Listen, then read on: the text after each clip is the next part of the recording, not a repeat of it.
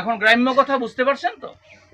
সুতরাং আমরা পরের সমালোচনা, তবে সমালোচনা শব্দের অর্থ কিন্তু ঠাকুর ভাঙিয়ে দিয়েছেন। সমালোচনা ভাঙলে কি হয়?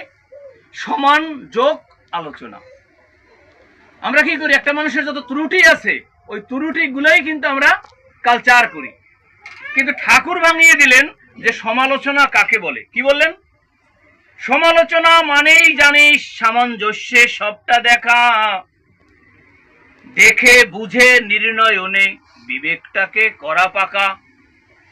ভালোটাই বা কি ফল দেবে, ভালোটাই বা কি ফল দেবে, মন্দটাই বা দেবে কেমন, দো পাল্লায় দুটি দিয়ে, দো পাল্লায় দুটি দিয়ে করিস তাহার নির্ণয়ন।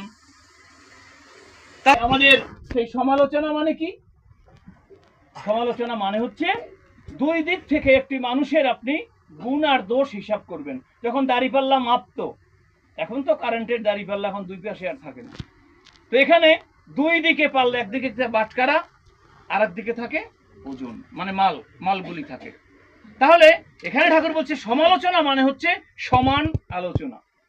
একটা মানুষের দোষও আছে, একটা মানুষের গুণও আছে। ঠাকুর বলছেন this is very true, this is very true, whenever the tendency goes to see another's fault, then that fault that makes home in you.